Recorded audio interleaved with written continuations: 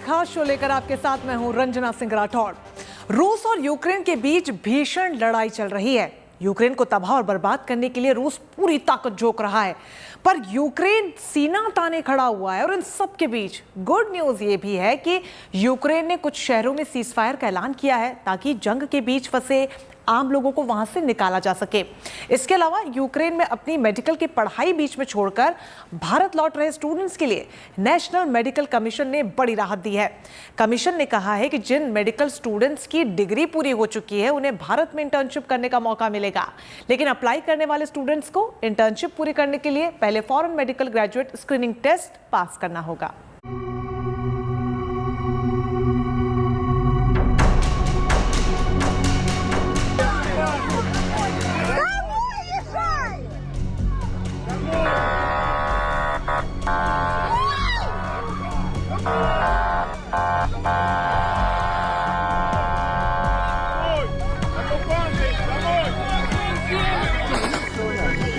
Новопсков, встречая русский мир. Нахуй домой! जब रूस सब कुछ खत्म करने पर आमादा हो,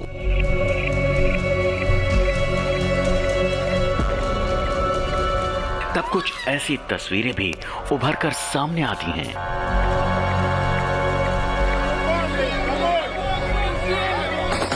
जो बताती हैं कि हिम्मत और हौसला हो तो बड़े से बड़े खतरे बौने हो जाते हैं।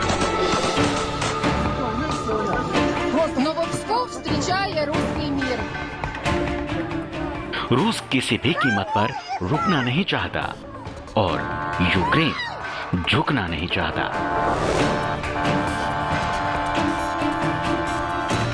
यूक्रेन को तबाह और बर्बाद करने के लिए रूस पूरी ताकत झोंक रहा है।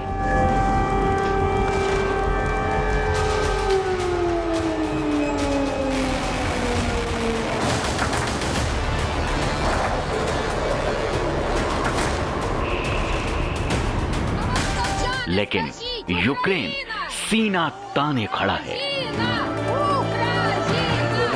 Вам нічим рятуватись. Україна щоденно отримує зброю від наших партнерів, від справжніх друзів. Щоденно.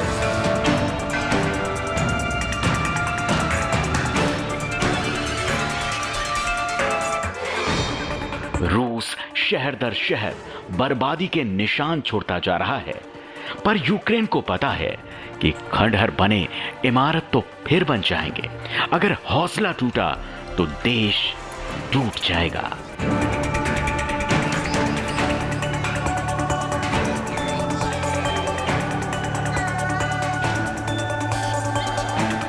इसीलिए इस वक्त हिम्मत जरूरी है।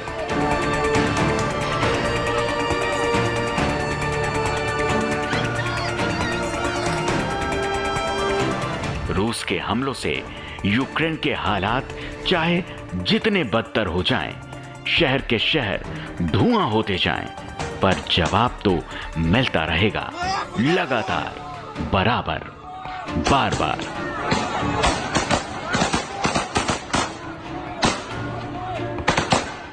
रूस ने सोचा था कि 2-4 दिन में यूक्रेन फतह कर लेंगे, पर 10वें दिन भी रूस ये नहीं कह सकता कि यूक्रेन उसकी मुट्ठी में है।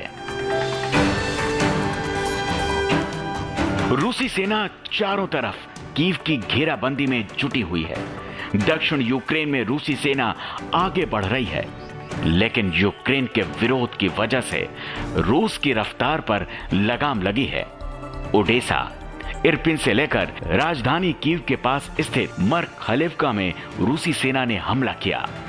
हमले में मरखलेवका गांव में काफी बड़े तादाद पर बर्बादी हुई है। दूसरा बड़ा शहर खार्किव भी खंडहर बन चुका है। हर तरफ जली इमारतें और धुआं नजर आ रहा है। चार्निहीव में भी धमाके लगातार हो रहे हैं। सूमी में भी आसमान से रॉकेट और बम दागे जा रहे हैं। पूर्वी यूक्रेन पर तो ड्रोन से भी हमला किया गया। यह हमला एक बटालियन पोस्ट पर हुआ। रूसी सेना के इन हमलों के बीच यूक्रेन की पूरी व्यवस्था अपने लोगों को सुरक्षित रखने की कोशिश में जुटा है।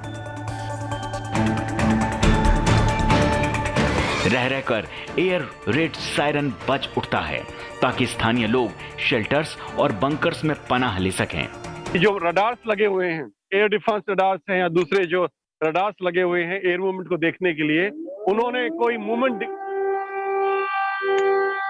मूवमेंट देखी हवा में, चाहे वो जहाज हो सकते हैं, मिसाइल्स हो सकते हैं, और जब वो ये मूवमेंट रडार कैच करता है शहर से कुछ किलोमीटर दूर, 30, 40, 50, 60 किलोमीटर दूर, तो ये नागरिकों को चेतावनी देता है कि आप बॉम्ब शेल्टर में चले जाएं या कहीं शरण ले लें, जहां अगर एयर स्ट्राइक होती है आप सुरक्षित रह सके। यही तैयारी वजह है कि शहर भले ही खंडहर जैसे दिखने लगे हों, लेकिन इनमें रहने वाले ज्यादातर लोग सलामत हैं, सुरक्षित हैं। यूक्रेन आखिरी सांस तक लड़ने को तैयार है। रूसी सैनिकों को कीव में घुसने से रोकने के लिए पूरा जोर लगाया जा रहा है।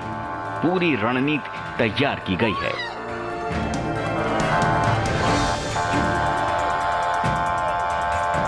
हम लोग कीव के उन डिफेंसेस के पास खड़े हैं जहां से सुरक्षा का पहला घेरा है ये, और इसी अगर जो रूसी सेना आगे बढ़ती है तो इसी इलाके से सबसे पहले गुजरेगी राजधानी कीव पर पहुंचने के लिए। ये बेहद संवेदनशील इलाका है जहां पर कई परतों में राजधानी की सुरक्षा के कदम हमारे पीछे उठाए जा रहे हैं। मिलिट्री गैरिजन्स भी यहां पर है, और मिलिट्री गैरिजन्स के साथ साथ यहां पर चेक पॉइंट्स बहुत सारे हैं जहां पर रोकने के लिए रूस की सेना को मल्टी टियर ऑब्स्टिकल सिस्टम लगाया गया है। हेजहॉग्स, जिनको वो जो लोहे के बड़े बड़े क्रॉसेस हैं, उसके साथ साथ 6-6 फुट लंबे कंक्रीट के बैरियर लगाए गए हैं। उसके पीछे एंटी टैंक गाइडेड मिसाइल के साथ जवान बैठे हुए हैं कि अगर ज़रूरत पड़ने पर वो किसी भी तरह का हमला करके उस रूस के अटैक को रोकने की कोशिश करेंगे। बड़ी बात यह है कि यूक्रेन के मुश्किल वक्त में वहां के आम लोगों ने हिम्मत से काम लिया।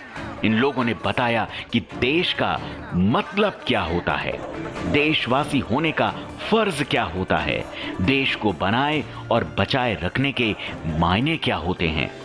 यूक्रेन के डिफेंस मिनिस्टर ने दावा किया कि 66,000 से ज्यादा यूक्रेनी पुरुष सिर्फ इसलिए विदेशों से अपने वतन वापस लौटे हैं ताकि वो जंग में अपने वतन के लिए लड़ सकें। जंग जैसे हालात में जब दूसरे देशों में शरण लेने वालों की कतार लगने लगती है, तब यूक्रेनियों का विदेश से लौट आना बताता है कि अपनी मिट्टी के लिए मर मिटने का जज्बा कैसे किसी देश को फौलादी ताकत देता है।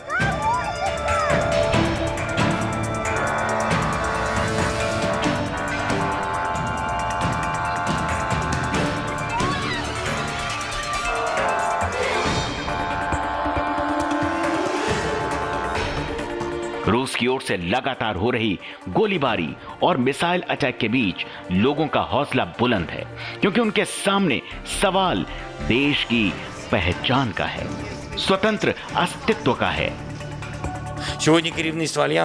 मुझे विश्वास है कि हमारे लोग जीतेंगे। हम अपनी आजादी लेकर रहेंगे। ये कुछ साधारण जीत नहीं होगी, ये लोकतांत्रिक सिद्धांतों की जीत होगी। हालांकि 10 दिनों के युद्ध में एक अच्छी खबर ये आई है कि रूस और यूक्रेन ने कुछ शहरों में सीज फायर का ऐलान कर दिया है ताकि जंग के बीच फंसे आम लोगों को वहां से निकाला जा सके। फिलहाल मारियुपोल और वोल्नोवाखा में सीज फायर अमल में लाया गया है। इन शहरों में 2 लाख से ज्यादा लोगों को बाहर निकाला जा रहा है। ये सीज फायर किया है। जो दूसरा जो राउंड ऑफ नेगोशिएशन हुआ था यूक्रेन और रूस के बीच में, उसमें भी केवल एक इसी बात पर अग्रीमेंट हो पाया था, स्थापित हो पाया था कि वो जो ह्यूमैनिटेरियन पैसेज है उसको इस्टेब्लिश करेंगे। और अभी आप देखिए कि ये जो ह्यूमैनिटेरियन पैसेज है ये कहाँ इस्टेब्लिश किया गया है, कहाँ से लोगों को निकालने के लिए। असल में इन इलाकों में आम लोगों के साथ साथ कई भारतीय छात्र फंसे हुए थे, इसीलिए भारत सरकार लगातार रूस और यूक्रेन से इस मसले पर बात कर रही थी। प्रधानमंत्री नरेंद्र मोदी ने खुद भी रूस के राष्ट्रपति व्लादिमीर पुतिन के साथ बात की थी चौतरफा कूटनीतिक प्रयास किए गए, जिसके बाद आम लोगों के साथ साथ भारतीय छात्रों को निकालने के लिए सेफ पैसेज देने पर दोनों देश राजी हो गए हैं। ऐसी इमरजेंसी के सिचुएशन में ये इवैक्यूएशन, उसमें बहुत तरह की बाधाएं होती हैं, बहुत तरह के टेक्निकल प्रॉब्लम्स आती हैं। तो जिस तरह से मतलब इस पे हमें स्टूडेंट्स को थोड़ा सा पेशेंस और रखना चाहिए जो फंसे हुए हैं। अब देखिए जैसे ह्यूमैनिटेरियन कॉरिडोर्स को बनाने की बात करी गई है, तो इससे सभी को फायदा होगा। खबर है कि प्रधानमंत्री नरेंद्र मोदी ने रूस के राष्ट्रपति व्लादिमीर पुतिन से भारतीय छात्रों को रूस के रास्ते निकालने पर भी चर्चा की है। इसी का नतीजा है कि रूस के राजदूत ने संयुक्त राष्ट्र सुरक्षा परिषद को बताया है कि वो यूक्रेन से भारतीय छात्रों और अन्य विदेशी नागरिकों को निकालने के लिए तैयार हैं। जाहिर है पल पल समीकरण बदल रहा है। रूस का अगला कदम क्या होगा, इस पर पूरी दुनिया की निगाहें टिकी हैं। अब तक जो बर्बादी हो चुकी है उसे तो बदला नहीं जा सकता, पर जो बचा है उसे जरूर बचाया जा सकता है। आज भारत समेत पूरी दुनिया इसी कूटनीतिक प्रयास में लगी है। उम्मीद है कि जल्द से जल्द ये युद्ध थमेगा और शांति होगी। कीव से राजेश पवार और गौरव सावंत के साथ bureau report, good news today.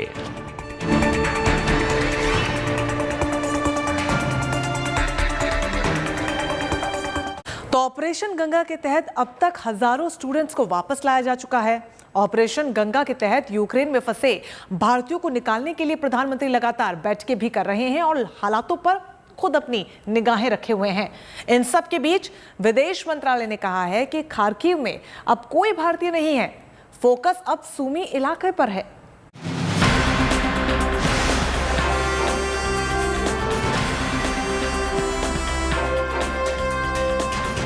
Ukraine से लौटे इन छात्रों के चेहरे पर खुशी है, भरोसा है, अब वो बिल्कुल सुरक्षित हैं। ये छात्र यूक्रेन की उस जमीन से सकुशल वापस लौटे हैं जहां हर तरफ बारूद की बरसात हो रही है। भारत सरकार के मिशन गंगा के तहत इन छात्रों के चेहरों पर खुशियां लौट आई हैं। यूक्रेन पर रूस किस कदर कहर बनकर टूटा है और कैसे हालात दिनों दिन खराब होते जा रहे हैं, इनकी जुबानी सुनिए। हम लोग 5 डेज बंकर्स में थे, मेट्रो स्टेशन में। यूक्रेन गवर्नमेंट ने हमें खाने के मामले में बहुत सपोर्ट किया क्योंकि सुपरमार्केट सब बंद थे, तो हमें ब्रेड्स, वाटर, मिल्क सब सप्लाई किया था बंकर्स में। हमें जो बिल्डिंग रहती थी ना उसके नीचे अंडरग्राउंड रहता था, बंकर बोलते हैं उसे। तो जो बंकर्स थे वहाँ पर कुछ भी सिचुएशन अगर कुछ होती थी डेंजरस, तो हम नीचे चले जाते थे, तो वहाँ पर सेफ रह सके। लेकिन अब सरजमी हिंदुस्तान में वो महफूज है, फिजा में शांति ही शांति है, अपनापन का एहसास है, परिवार के चेहरे पर मुस्कान है। ऑपरेशन गंगा के तहत शनिवार को यूक्रेन के पड़ोसी देशों से 15 विशेष उड़ानों से लगभग 3000 भारतीयों को एयरलिफ्ट किया गया है। इनमें 12 विशेष नागरिक और 3 IF उड़ानें शामिल हैं। इसके साथ 22 फरवरी 2022 को विशेष उड़ानें शुरू होने के बाद से अब तक 13,700 से अधिक भारतीयों को वापस लाया जा चुका है। लेकिन जो अभी यूक्रेन और यूक्रेन के बॉर्डर पर फंसे हुए हैं, वहां आर्ट ऑफ लिविंग के वॉलंटियर्स काम कर रहे हैं। आर्ट ऑफ लिविंग ने 1200 भारतीय छात्रों को सीमाओं से सुरक्षित स्थान पर पहुंचाया है। लिहाजा ये खुश हैं कि वो अब भारत वापस लौट चुके हैं, लेकिन साथ ही करियर का क्या होगा, सामने ये भी सवाल है। सिचुएशन काफ़ी हॉरिबल है। यही रहेगा कि ये वॉर जल्दी ख़त्म हो जाए, क्योंकि इससे तो उनका तो नुकसान हो ही रहा है, बट हम जैसे स्टूडेंट्स का भी नुकसान हो रहा है। भारतीय छात्र आप जानते हैं कि 20,000 के करीबन वहाँ पे यूक्रेन में, तो हमारे डिग्री का भी सवाल है। मैं 4th ईयर में हूँ, मेरे 2 साल बचे थे, तो ये सब चीज़ें काफ़ी मतलब लाइफ लॉन्ग हमको हर्ट कर सकती है। तो वही है, बस ये सब चीज़ें जल्दी ख़त्म हो और हम जहाँ पे थे, हमारी जैसी यूनिवर्सिटी चलती थी, वो वापस शुरू हो, या जो भी गवर्नमेंट करे कुछ इसके बारे में। लेकिन अब चिंता की कोई बात नहीं है। मेडिकल की पढ़ाई बीच में छोड़कर भारत लौट रहे स्टूडेंट्स के लिए नेशनल मेडिकल कमीशन ने बड़ी राहत दी है। कमीशन ने कहा है कि जिन मेडिकल स्टूडेंट्स की डिग्री पूरी हो चुकी है, उन्हें भारत में इंटर्नशिप करने का मौका मिलेगा। अब तक केवल दिल्ली में इंटर्नशिप फीस नहीं देनी पड़ती थी, लेकिन अब किसी भी राज्य में फीस नहीं देनी होगी। अप्लाई करने वाले स्टूडेंट्स को इंटर्नशिप पूरी करने के लिए पहले foreign medical graduate screening test pass करना होगा। यूक्रेन के अंदर जो वॉर की स्थिति आई है और ऐसे कई बच्चे हैं जो अपनी इंटर्नशिप वहां पे कंप्लीट नहीं कर सकते, तो ऐसे बच्चों के लिए नेशनल मेडिकल काउंसिल ने प्रोविजन ऐसा रखा है कि वो बच्चे इंडिया के अंदर एक प्रिलिमिनरी एग्जाम क्लियर कर सकते हैं और प्रिलिमिनरी एग्जाम क्लियर करने के बाद अपनी इंटर्नशिप इंडिया में कंप्लीट कर सकते हैं। दरअसल फॉरेन मेडिकल ग्रेजुएट को लेकर नेशनल मेडिकल कमीशन के नियम काफी सख्त हैं। अभी तक ऐसा कोई नियम नहीं था जो विदेश में पढ़ रहे मेडिकल स्टूडेंट्स को भारत आकर पढ़ाई पूरी करने की छूट देता हो। यहाँ तक कि किसी और देश या यूनिवर्सिटी से MBBS पूरा करने पर भी समस्याएं थी। लेकिन मौजूदा हालात को देखते हुए भारत सरकार स्टूडेंट्स को छूट दे रही है, क्योंकि सवाल देश के बच्चों के भविष्य का है। Bureau report, good news today. तो फिलहाल के लिए हमारी इस खास पेशकश में बस इतना ही, लेकिन बाकी तमाम अच्छी खबरों के लिए आप देखते रहिए गुड न्यूज टुडे।